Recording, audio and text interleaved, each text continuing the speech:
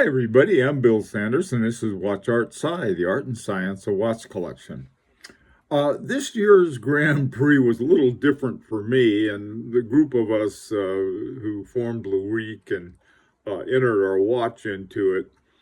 But I tell you, I learned something about it. One thing I think is that a lot of people complain, well, it's rigged and so on and so forth. Um, I think the way that it's a useful way to look at how the Grand Prix works is that there is a certain culture, and the culture is made up primarily of people who work in the industry, who make watches and so forth. Um, and some of the results are from that, but the people involved know a lot. I mean, they know a lot of stuff. All right. So even though we felt that we got, well, gee whiz, that was, we had a really great watch we thought was going to win its category.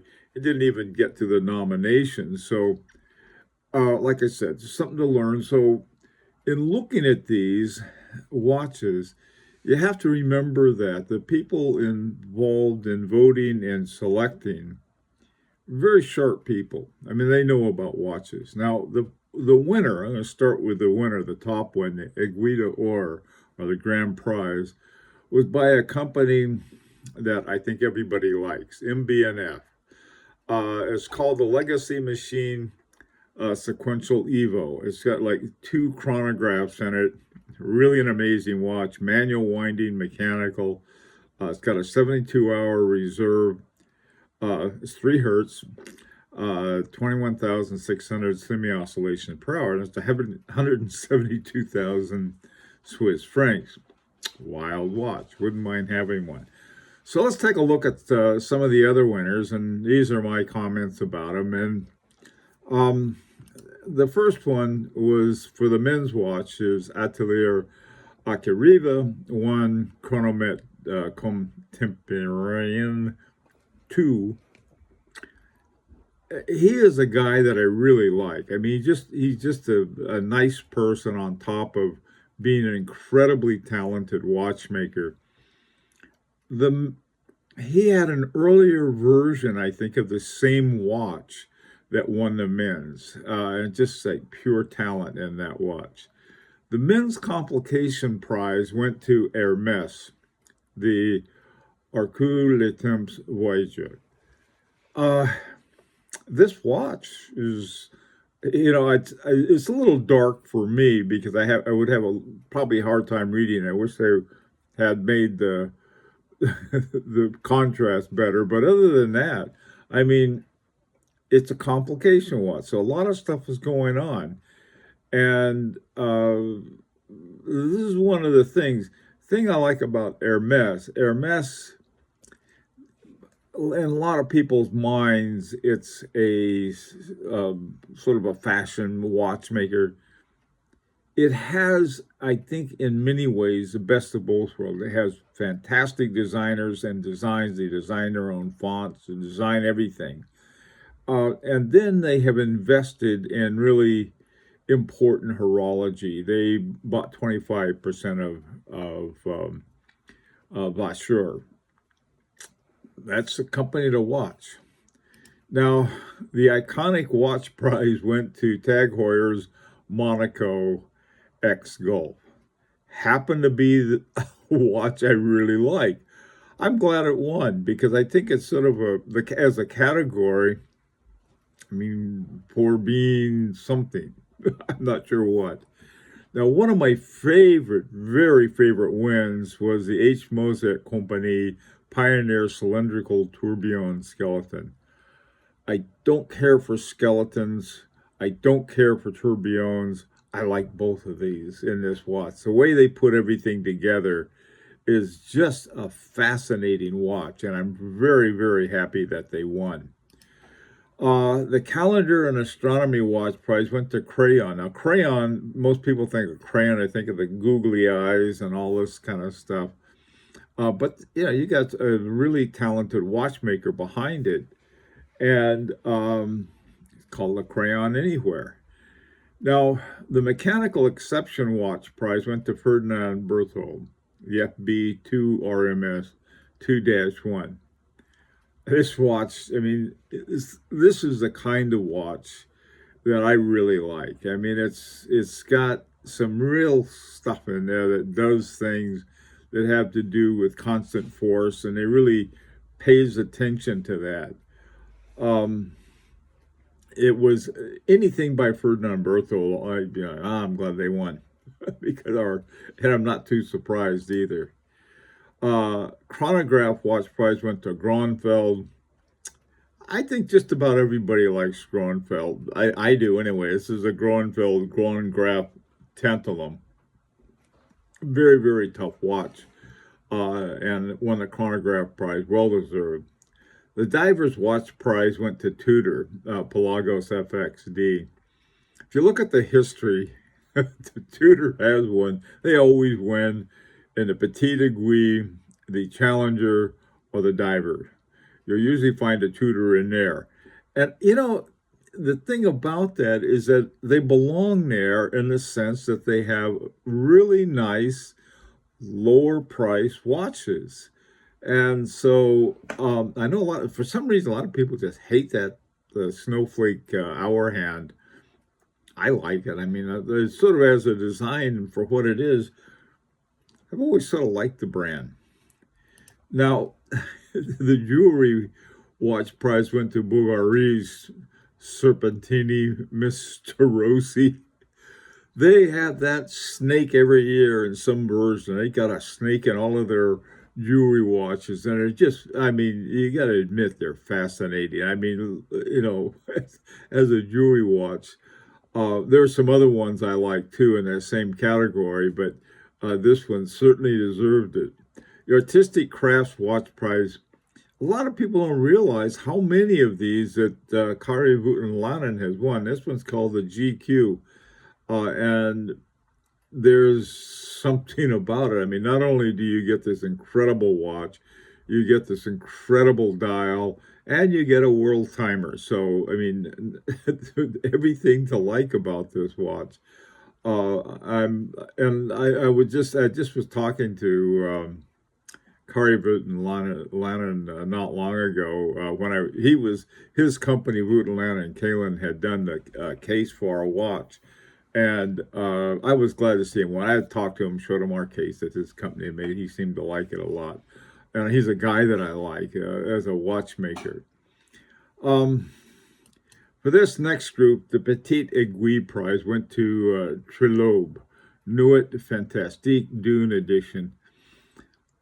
I like these guys. They've been at it for a while, and they keep going in there with interesting watches. And they finally won, and I'm glad they did. Challenge Watch Prize went to the Mad Editions.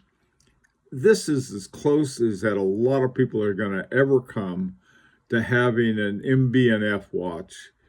And so they have this, what they decided to do, what I think it was Max's idea, to have some watches like this for those of lesser means, but with really connected to something much bigger.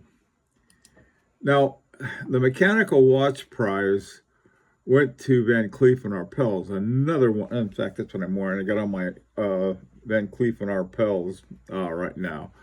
And I didn't, I was rooting for Benjamin Cheese watch. One, I like the watch and I like Benjamin, but when I saw what this one did, it's no wonder it won. This is an incredible watch. Mechanical Watch Prize. Clock Prize. Really something. All of those birds do stuff, and I think there's a dragonfly that is really an amazing one.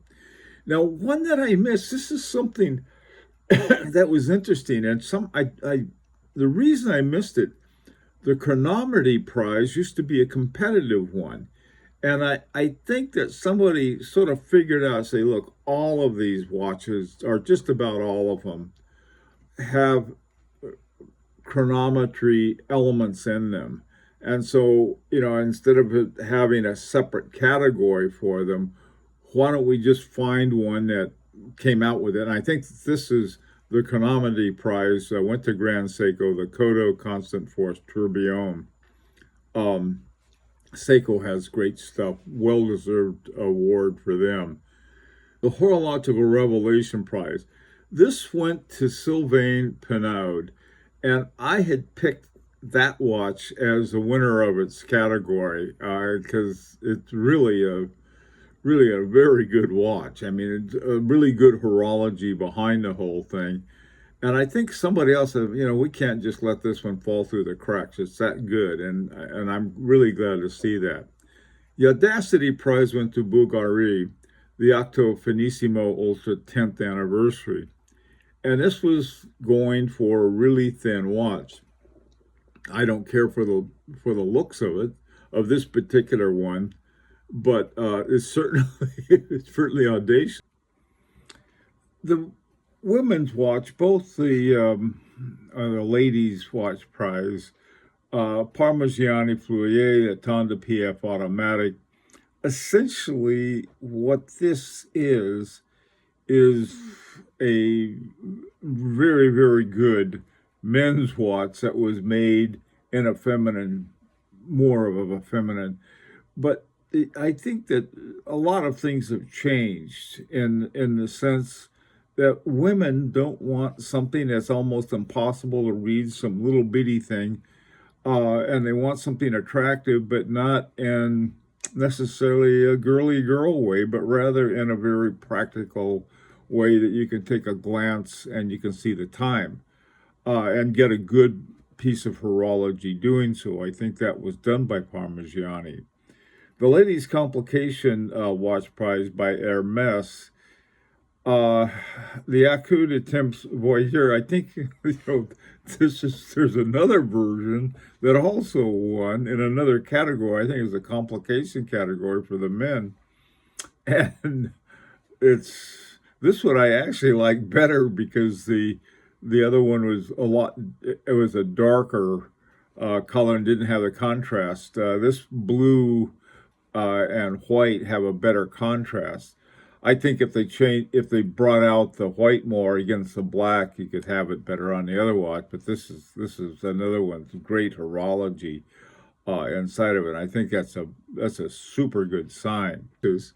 Um, Now, these last two again here, Van Cleef and Arpels again. They usually come up as winning, and the Innovation Prize. This thing is really an amazing watch. And on the one hand, I think that, let me put it this way. It deserved to win to something. I thought it was going to win I think it was the women's uh, complicated watch, but instead they gave them the Innovation Prize. Amazing watch. Now, one of the interesting things, the special jury prize went to Francois Junod. I don't know who that guy. I never heard of him before, but he has made some incredible mechanical. I'll call them gizmos because they're not all watches. He's got this giant horse that he made that does something, and he's just like a flat out, really big talent. Well, listen. One of the other things that happened this year was that even though Lirique lost, we didn't even make the nomination. We had a representative there, Victor, one of our guys went, and the watch we had, people were asking about it, and they wanted to know about it, and and the ones who saw it really liked it, and they were interested in what we had done. So I'm glad that we were there and sort of showed our flag, so to speak. But I think it was a wonderful experience for our representative, Victor, who went, and it was he enjoyed it, and other people I think came to recognize something. The same thing that happened to me when I was at the Watch Time show. Everybody wanted one. They really liked it. So that was a good thing to see, even though we we didn't make the cut, so to speak. So anyhow, uh, that's what I'd like to sort of end on, and I'd like to get your opinion on what you thought of the whole thing, and opportunity to subscribe if you like. And until next time, this is Bill Sanders for Watch Art Side, the art and science of watch collection. That's the Grand Prix, and I know that a lot of people are just saying, "Oh, the whole thing is rigged" and so forth. I don't think it is. I think it is the culture, and I think the more we understand the culture of it, the better we can be at predicting. Let me know what you think. You must have opinions of the Grand Prix. Everybody seems to, and I'd really like to hear your opinions. Let me know.